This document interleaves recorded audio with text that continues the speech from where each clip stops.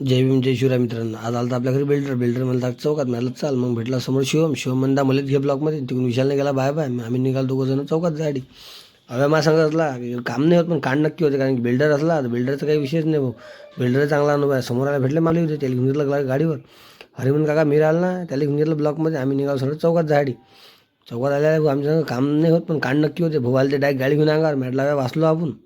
मग आलो चौकात आल्यावर भाऊ डायरेक्ट घुसले माहेश्वर हायडवर, कारण की त्याला घ्यायचा होता कलर. मॅटला घेऊन घ्या कलर तुम्ही, तोपर्यंत तुम्ही थांबतो बाहेर.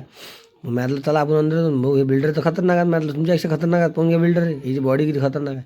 मग बिल्डर लागला ना ती मला पाहिजे कचोरी. मॅटला घे कचोरी खान, त्याचा समोसा खाचो.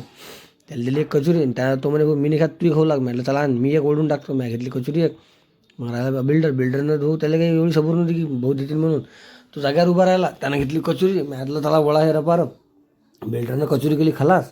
मग घेतला समोसा घेतला. बिल्डर लागला रपारप खायला. मॅटला लवकर संपा आपल्याला भूसा फोन जागते काही.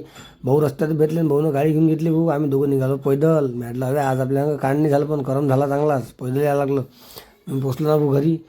थोडा भेटला श्रीकांत म्हणता मी राहिलो. त्याला घेतलं ब्लॉकमध्ये नावायला देऊन द्यायचा डब्बा कलरचा. मी निघलो माझ्या घरी. जय भीम जय शिवराय मित्रांनो. भेटतो पुढच्या ब्लॉगमध्ये. तोपर्यंत लाईक आणि फॉलो करून घ्या.